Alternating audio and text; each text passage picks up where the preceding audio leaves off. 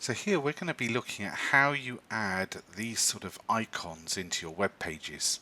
They're called Font Awesome. It's just like using a letter in a different font, but it puts an icon on your web page. So let's have a look at how we added this one, and then we're going to add a new one to the page footer. So first of all, if we go into the editing page, within the rich text editor, you place your cursor where you want the icon to appear. And then right here, you'll see when you hold your mouse over this tool, it says Font Awesome. When you click on it, you're able to change the color of the icon. As you can see, I've made mine green, but you can click on Select and you can make your icons whatever color you want. You can also choose the size of the icon that you want to show.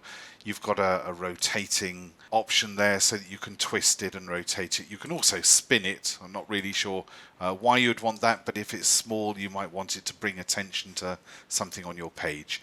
So you've got different options, and you can put borders and things like that. So find the icon that you want to use. Just scroll down until you've found the icon that you want to use, and then click on OK, and then that will place it into your page. From that point on, you're able to carry on either adding more content onto your page, or you can make it a link. And that's what we're going to have a look at right now. We're going to add a Facebook icon into my page footer. So this is a typical example of the way that you would use it. First of all, let's go to Customize Design, Site Footer. So we're going to be going and adding the Facebook F icon and making that a link into my Facebook page.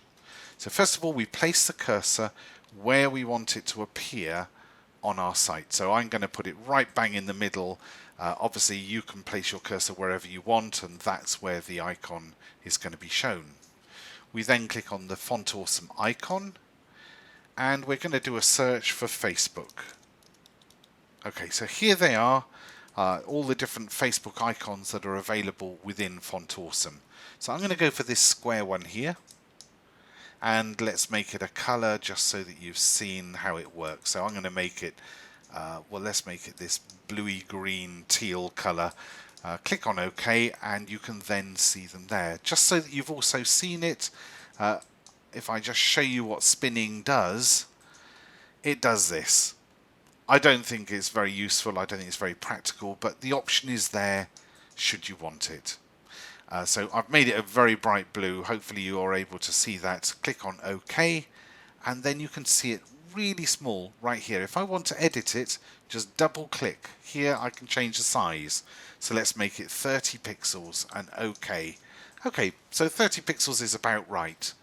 Let's now make it a link to my Facebook page. So we highlight over it. Now you won't see it change when you highlight over it, but scroll over holding down your mouse and then click on the link tool, which is this one that looks like a chain link. It will ask you where you want this link to go to, and I'm going to send it through to my Facebook page.